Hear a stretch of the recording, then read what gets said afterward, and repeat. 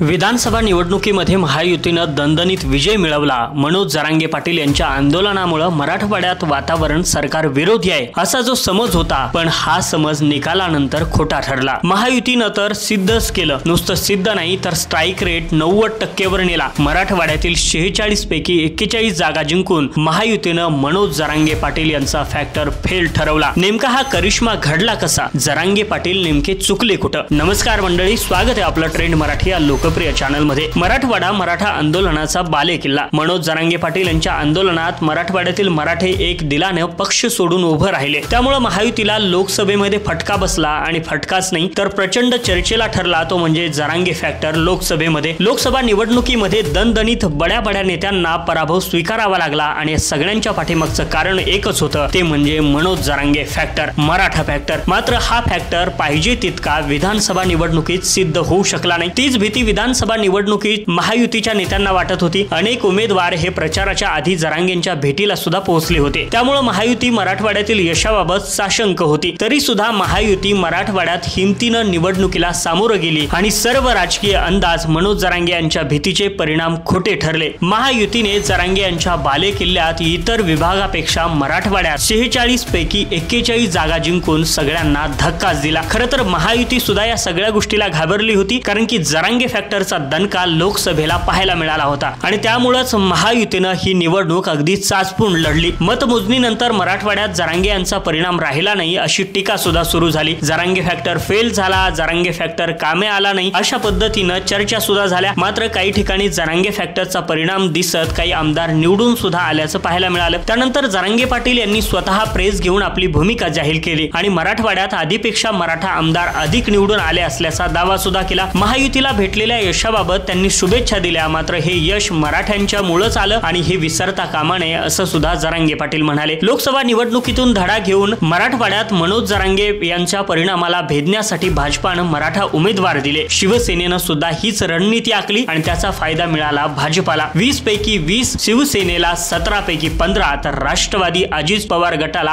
8 पैकी 6 अशा ठिकाणी यश मिळालं। मराठवाड्यातील या यशाचे अनेक विश्लेषण होतील, मात्र प्रतिकूल परिस्थितीत सुद्धा महायुतीनं विजय संपादन केला हे कुणीही नाकारू शकत नाही। मनोज जरांगे यांनी सुद्धा हे मान्य केलं, हे विशेष आहे। दरम्यान मधल्या काळात मनोज जरांगे यांनी मराठा उमेदवार उभे करण्याची तयारी सुद्धा केली होती, काही मतदारसंघ सुद्धा जाहीर केले होते, पण अचानक रात्रीतून जरांगेंनी माघार घेतली आणि तुम्हाला ज्यांना पाडायचंय त्यांना पाडा असं सांगून निवडणुकीतून जरांगे पाटील बाजूला झाले। दुसरीकडे मनोज जरांगेंना टक्कर देण्यासाठी ओबीसी समाजातून लक्ष्मण हाके समोर आले। लक्ष्मण हाकेंनी जरांगेंच्या कडकडून त्यांचा विरोध केला। राज्यभरात ओबीसी मेळावे घेण्यात आले, जवळपास 300 पेक्षा अधिक मेळावे हे महाराष्ट्रात झाले। त्यामुळे ओबीसी समाज हा भाजपाच्या बाजूने कुठेतरी झुकल्याचं निकालातून पाहायला मिळालं। मंडळी, याच त्या गोष्टी होत्या, तुम्हाला काय वाटतं नक्की कमेंट करून सांगायला विसरू नका। अशाच व्हिडिओसाठी ट्रेंड मराठीला सबस्क्राइब करून ठेवा।